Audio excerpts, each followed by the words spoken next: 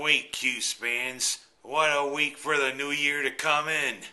A hell of a victory in the house that Steinbrenner, and I should say Ruth built, and also our basketball team opening up the Big East in fine fashion.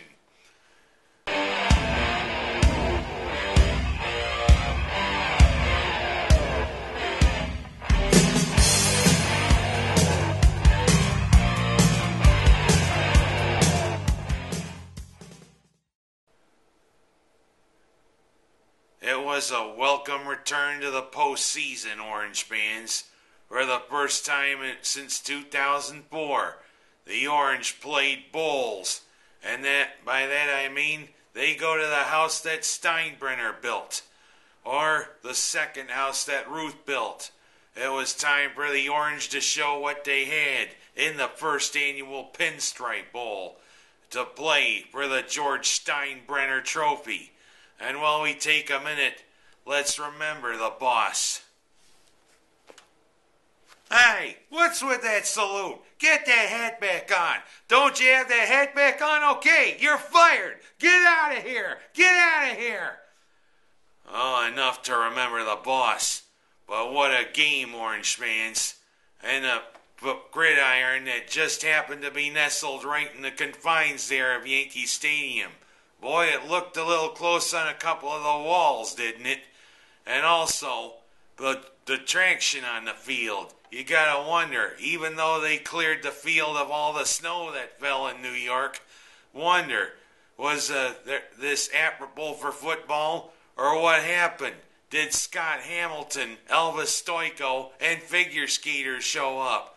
'Cause they say the gridiron there at Yankee Stadium was akin to a skating rink. I half expected Scott Hamilton to be suiting up for the Orange. And they're out on the field, and the Nassib throws to Hamilton. He catches it, and he does a triple axel. And he does a quadruple toe loop. I'm going to save you my attempt to do a triple axel. Because, you know, if I got a triple axel, one of them will break, and I'll get a flat tire. Oh, what else? Let's look at the game, shall we? Boy, it looked like it was going to start off in troubling fashion. Devin Thomas, the running back for Kansas State, breaking loose on the second play of the game, running for a touchdown. And then when Syracuse punted on their next possession, Kansas State takes the punting for a touchdown, but it was called back. For a while there, when I thought Kansas State was going up 14-0, I'm thinking, oh hell, what a return. But then, Syracuse finally did something it didn't do in its last two games. But because, you know, the offense decided to mail it in those last two regular season games. There's my letter. Oh hell, we gotta return to sender. No such person, no such zone. All right, Mr. Presley.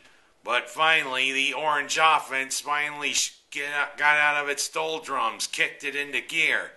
And what a game to have a breakout game for both Marcus Furniture Sales and for DeLone Ranger Carter.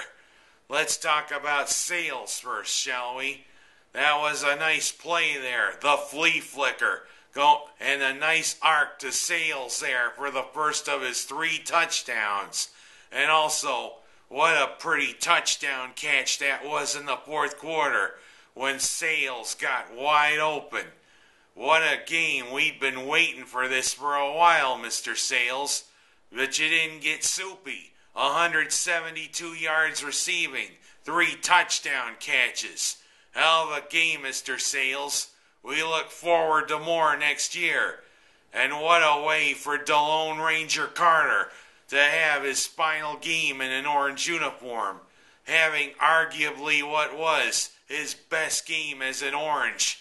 198 yards rushing, including 2 touchdowns. Could have been a 3rd touchdown had he had an extra gear there in the fourth quarter after Kansas State faked that field goal. On the first play, I thought he was going to the house and cinching the game right there. But of course, he got run down from behind. What happened? Where was the overdrive? Oh man, I think I stripped a gear. Let's take a look. Yeah, we're gonna need to rebuild that transmission. Oh hell, you're going to the pros. And of course, we kicked the field goal, but it still almost wasn't enough. Up 36-28, we knew Kansas State had to get into their 2-minute offense, and Bill Snyder always has a knack for pulling it off, and the Wildcats almost did with that touchdown pass with more than a minute to go. But I just gotta wonder if the refs maybe did something, even though it was fortuitous for the Orange. Since when did saluting become unsportsmanlike conduct? See, all he did was this, and the refs decided unsportsmanlike conduct against Kansas State.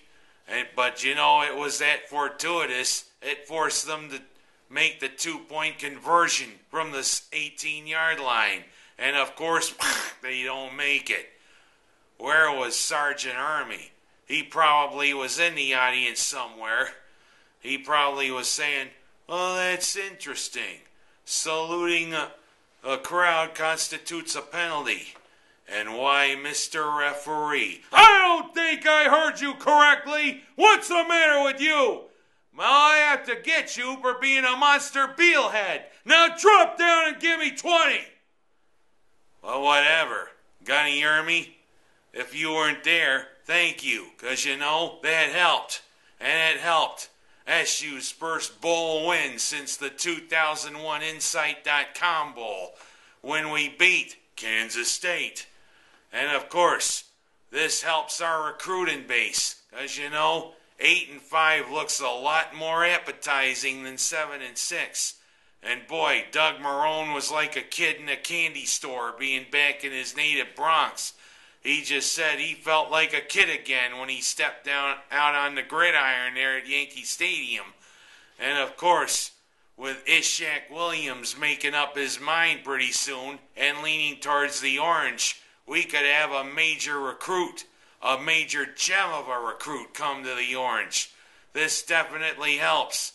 Doug Marrone, kudos to you. 8-5 in just 2 years at the helm of the Orange. And bigger and better things are yet to come. And of course, the Big East will have 2 new coaches. Mike Haywood screwed it up by losing his temper at home, so he gets fired just a month after he becomes coach at Pittsburgh. And the traitor, Randy Edsall, deciding to go to the ACC in Maryland. Of course, I have clamored for Maryland to become part of the Big East, because Maryland and Syracuse have a pretty good rivalry in football. Although we haven't played them in like 15 or 16 years, I'd like to see the Terrapins and the Orange collide on the gridiron again. We'll see. And quickly while we're at it, what a way for the Orange to open up Big East play on the basketball court. A gritty win against a very tough Providence team.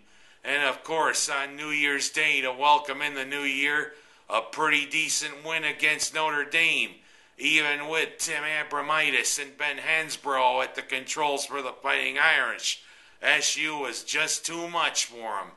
2-0 in Big East play. And coming up, our first road Big East game against a team that is a sleeper in the Big East. The Pirates of Seton Hall. We can't take them lightly, Orange. But what a week it was, Orange fans. A football victory and a welcome return. And a happy new year for the Orange football team and the basketball team. Keep rolling. I'm Ken Haas. That's my story. And what a week.